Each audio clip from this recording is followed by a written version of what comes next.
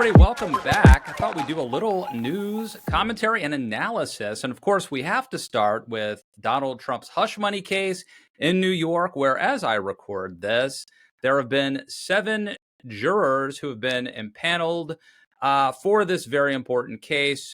And one of them, the 4-person, is very interesting. And let's go to Ellie Honig of CNN, who explains. Learned some really important, I think, potentially revealing details about these 7 jurors. These jurors will be on the case. So far, we know 4 males, 3 females. Let's take a quick look at what we have for juror number 1. Juror number 1 will be the 4-person. No magic powers associated with the 4-person. That's the person who generally communicates on behalf of the jury with the judge and tends to lead the deliberations in the room. What jumped out at me, this nothing remarkable in the bio, but this is a person who said he watches both Fox News and MSNBC. That's an interesting combination. If I'm Trump and I got anyone who watches any Fox News, I want a chance that that person's going to go on the jury. But I have to note this. In New York, I pick juries in New York, people sometimes confuse Fox News with the local Fox 5. And the jury form does not separate those two. So it could be that he was actually talking about the local news, which is really not partisan. All right, so as we're recording this, there are now 7 jurors. We know something about who they are, right? This the 4-person, we've just heard about him. There are apparently 2 lawyers among the first 7. I'm told normally lawyers in a case do not like other lawyers to be jurors for a variety of reasons, but maybe in Manhattan it's hard to find that they're going to need a dozen people ultimately to be jurors, plus another 6 alternates. So we're looking at like 18 people. The alternates will not know that they are alternates because we want them to pay attention. But obviously it matters greatly who these people are. And you're going to have journalists who are parsing, trying to figure out, will these people be for Trump? Will they be against Trump? And they're going to look at their news diet. If they watch Fox News or if they watch MSNBC, what they read, they're looking through their social media history. To try to figure out if they're going to be biased either for Trump or against Trump. Obviously, we want people who aren't. Good luck finding a dozen people in Manhattan who don't have some sort of a strong opinion about this case already, but that certainly is the goal. But interestingly, what Ellie Honig was saying there about Fox News, I think could be confusing. They're asked, potential jurors are asked if they watch Fox News, but many people may watch the local Fox 5, which is very different than the cable news outlet. But so that could be misleading, and that actually could hurt Donald Trump. Jesse Waters, I would say, from Fox News had a segment recently where he is going through the descriptions that we have of these jurors, the first 7, and I think casting aspersions on them and as to their honesty or their ability to be neutral in this case. Certainly something to keep an eye on. Okay, the other big case right now, or not case, but big topic right now, is Speaker of the House Mike Johnson, and he is being threatened. His career is being threatened by Marjorie Taylor Greene, as well as Thomas Massie, who are threatening to support a motion to vacate the chair over his support for funding aid to places like Ukraine, Israel, and Taiwan. Let's go to CNN's Manu Raju for more. Yeah, this has been going on for months and months and months. And just about 2 months ago is when the Senate passed its own foreign aid package that Mike Johnson sidelined as he tried to come up with his own strategies. He tried to win over Republicans. And just yesterday, he announced that strategy, saying that he's going to move forward on separate bills for Ukraine, for Israel, for Taiwan, and another bill that includes other policy measures, including a ban, something that could eventually lead to a ban on TikTok. But here's the catch. It is expected that the House will use a parliamentary maneuver to essentially put all those bills together in one package and send that over to the Senate. And that is what's causing a lot of angst within the GOP ranks. A lot of Republicans, particularly on the hard right, have said there should not be another dime for Ukraine. They do not want to tie this to aid to Israel. Democrats, the White House, want it all tied together because of what they say is an essentially an emergency for Ukraine. They say that this money is needed right now. Now, this all comes, of course, as the threat to push out Mike Johnson is growing In fact, Thomas Massey, who is a Kentucky Republican, announced behind closed doors that he would support this effort by Marjorie Taylor Greene to push out Mike Johnson from the speakership, and he called on Johnson directly to resign. All right, I've been saying this the whole time. This is all about Ukraine. A certain number of Republicans do not want to support Ukraine. They want to support Russia. And that is what this is about. This is not about spending. This is about Ukraine. But it also is about, if you're Speaker of the House, Mike Johnson, it's about, are you actually the Speaker? Or are you the Speaker in name only? Now, obviously, if you're the Speaker of the House, you have to craft a coalition of supporters, and you have to compromise with Democrats and also Republicans to get things done. You're not a dictator. But at a certain point, if you can never advance an agenda, even do the basic blocking and tackling things that you would expect a normal politician to do, then you're really not the Speaker. And so I think this issue is worth taking a stand for. And I also think getting to actually be what good is being Speaker if you're constantly afraid of your shadow, if people are always threatening to take you down, and if they're holding you hostage. And I would urge Speaker Johnson to take a stand, dare them to take him down. Because if they do, the job wasn't worth having to begin with. If they can take him down, then good luck. Find someone else, because guess what? Every time they pick someone else, you end up with the same thing, right? So that tells me that either every single Republican, even the backbench Freedom Caucus types, are sellouts as soon as they become Speaker, or what we want, what they want, what the radicals want a Speaker to do is not doable, or certainly not something that ought to be done. So I think Mike Johnson should dare them to take him down. And if he stands up to these bullies and emerges, then he actually will be a leader. And if they take him down, that's better than being impotent and being neutered for the next however many years. That's just my opinion. But I think he should take a stand and be tough. Okay, let's go to the U.S. Senate and Carrie Lake, who's running out in Arizona, who is never boring, always a source for material for this show. The next 6 months is going to be intense, and we need to strap on our let's see, what do we want to strap on? We're going to strap on our seatbelt. We're going to put on our helmet or your Kari Lake ball cap. We are going to put on the armor of God.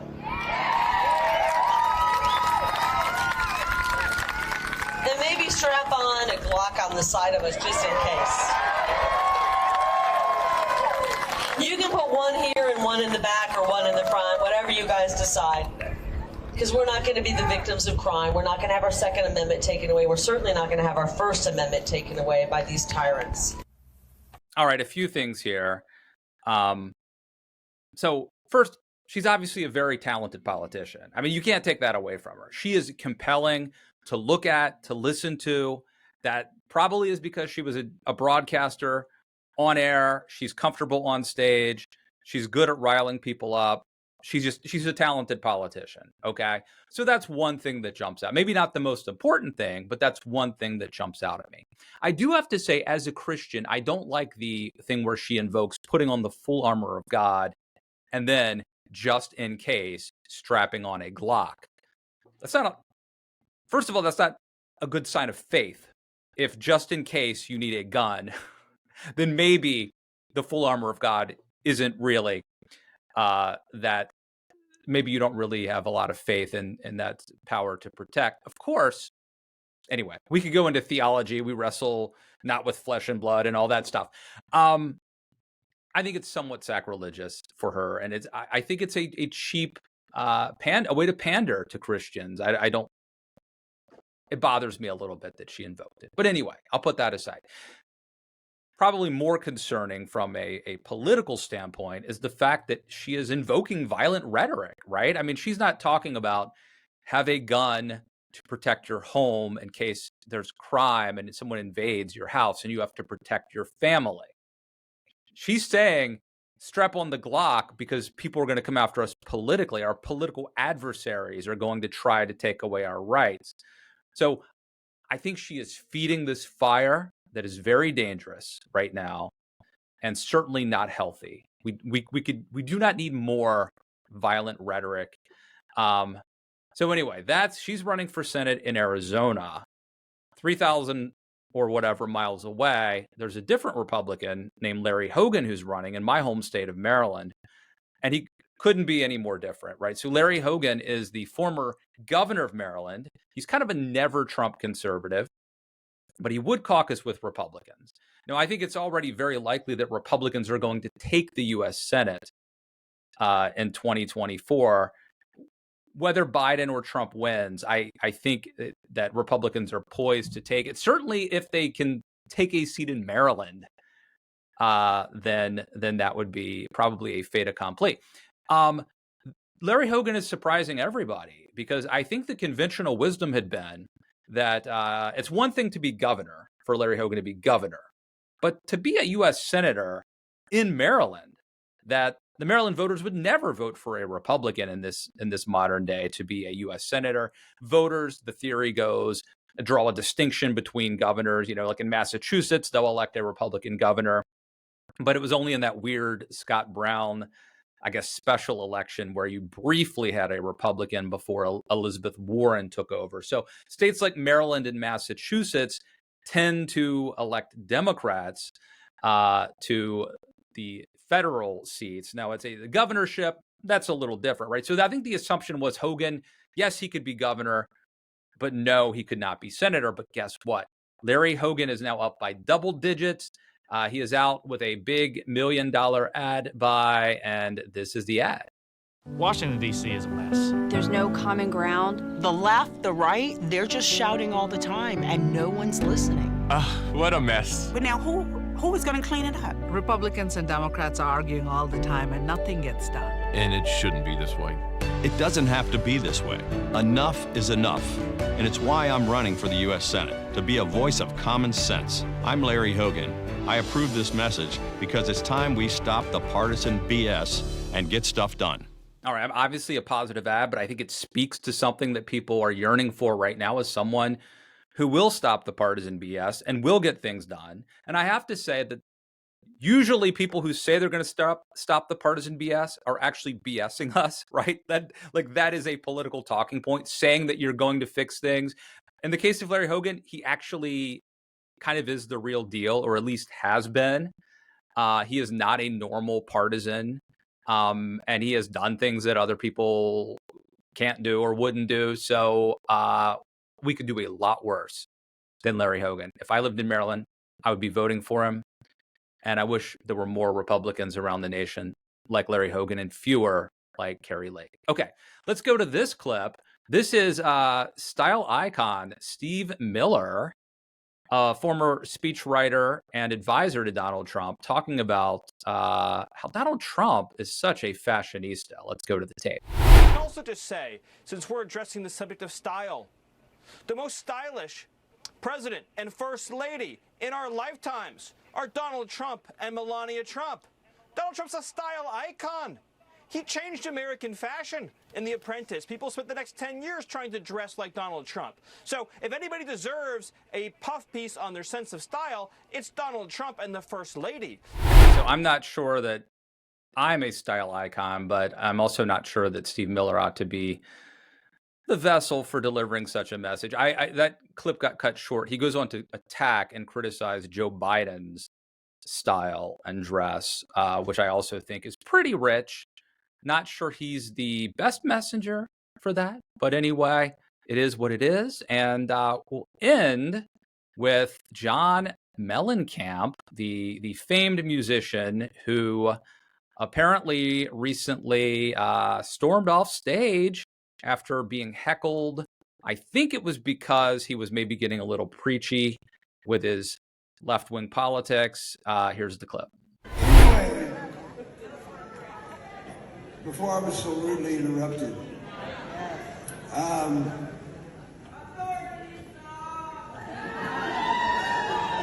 guys, I can stop this show right now and just go home.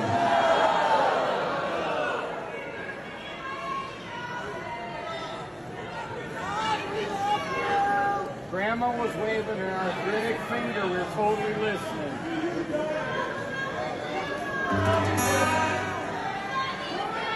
Tell you what I'm going to do. Since you've been so wonderful, I'm going to cut about 10 songs out of the show. Here we go. A little ditty by Jack Diane. To magic kings go in Heartland. You know what? Show's over. Believe it or not, I'm actually a big John Mellencamp fan. In fact, there's a podcast called Political Beats that's produced by National Review, where they'll have like a political person come on and talk about a different rock band or rock star. And I did the John Mellencamp one. It was like 3 hours. We went through his entire catalog. And I am a big fan. And I actually think he's better than Bruce Springsteen, who is kind of the other 1980s. Well, Springsteen has had a long career, but they were both big in the 80s. Certainly that's when the Born in the USA Springsteen album came out. And it's when Mellencamp did his best work. And I think I'm actually more of a Mellencamp fan. So I'm not a hater, but I also think he clearly no longer, first of all, his voice isn't what it used to be, obviously. Maybe smoking a carton of cigarettes a day catches up to you eventually. He also seems to lack that joie de vivre, that you want. It seems like he doesn't maybe want to be there, doesn't necessarily want to be performing. Maybe he needs the money. I don't know why, but he's put upon. He's doing you a favor by being there. And look, it is interesting. I think both Springsteen and Mellencamp, if you go back and look at kind of the message of their music, the blue collar, union, farm aid kind of thing, that they had. I mean, obviously Springsteen's more Jersey, Mellencamp's more Heartland, Illinois or whatever, but they both kind of had this everyman populist vibe. And so many of those people today are now Trump supporters, but not Mellencamp and Springsteen. And I don't know. I just think that's an interesting point. But I would say for the people who think that Mellencamp should, shut up and dribble or shut up and strum or shut up and sing or whatever, he may very well be kind of a scold when he starts lecturing people at his concerts, or I think he prefers the term performances.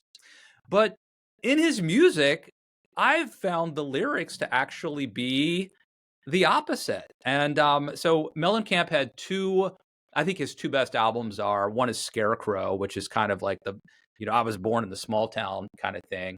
And he had one called Lonesome Jubilee. So there's a song on Lonesome Jubilee. It's called We Are the People. And some of the lyrics, I'll probably be demonetized or have this video taken down if I play it. So I'll just read you some of the lyrics quickly here. He says, so he's going through talking about, like, if you're one of the poor people, we believe in you, we support you. If you're down and out, we're with you. But then he says, if you're one of the fortunate ones, we all know it's lonely up there. We understand that nobody's got it made, so our thoughts are with you. I always thought that was so interesting that he put that in there, that he went out of his way, not just to kind of pander to the populist crowd, but to put in something to show that he's not eating the rich or into class warfare. And maybe that was to cover his own butt, because at this point, he was probably super rich, although he, looked like he was a regular dude. But the next verse, though, I think maybe is telling about his politics, certainly as it applies to our current situation. He says, you see yourself as a leader, may my thoughts be with you. If you try to divide and conquer, we will rise up against you. We know only the strong will survive, but the meek will inherit. So if you got a coat of arms, oh my friend, I suggest you wear it. Almost as if he was singing straight to Donald J. Trump. Anyway. That's my thoughts on it. See, we're very diverse. We even get into some classic rock from time to time. Thank you so much for watching. We will keep monitoring the situation. whether that's Mike Johnson or the hush money trial in New York. Please, if you are listening to the audio podcast, go to youtube.com/Matt Lewis and subscribe there. And if you're watching us, go to the podcast. It's called Matt Lewis Can't Lose. Subscribe, rate, and review, and we'll see you back here very soon.